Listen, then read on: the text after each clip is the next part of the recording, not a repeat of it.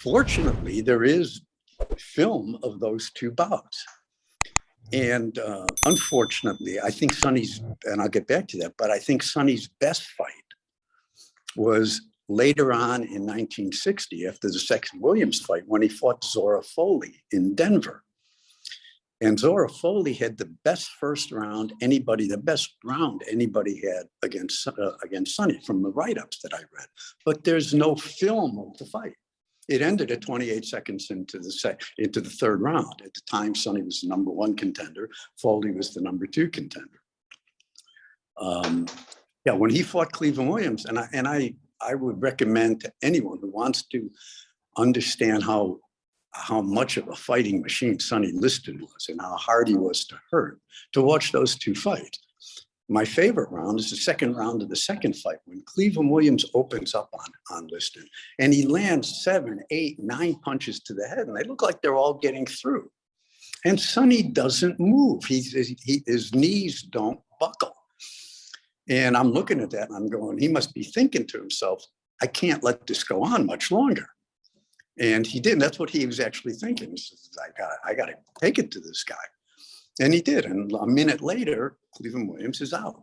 He knocked Cleveland Williams out twice. Cleveland Williams could hit very, very hard.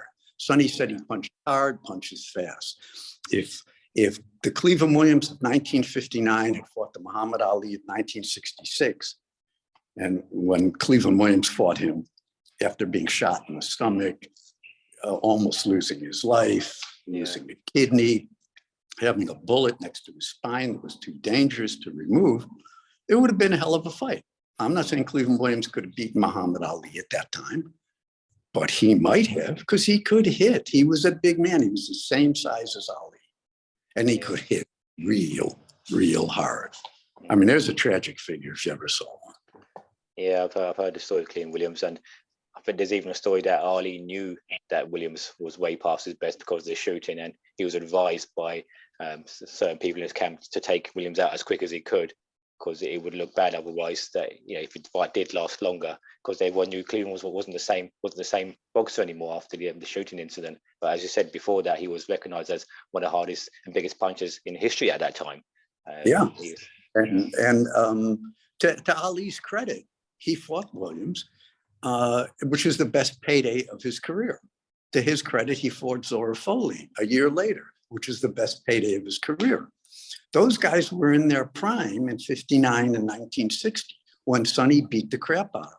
I mean, there was a 3-round fight with Williams, then a 2-round fight, and a 3-round fight with Foley.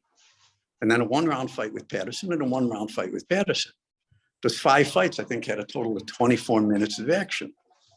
So, Ali fought those guys 7 years past their prime. And they were past their prime. What could he do? But Sonny had destroyed the heavyweight division. So when Ali beat him in 64, and he inherited the division that was boxing's equivalent of post-war Dresden in Germany. Yeah. It had been decimated.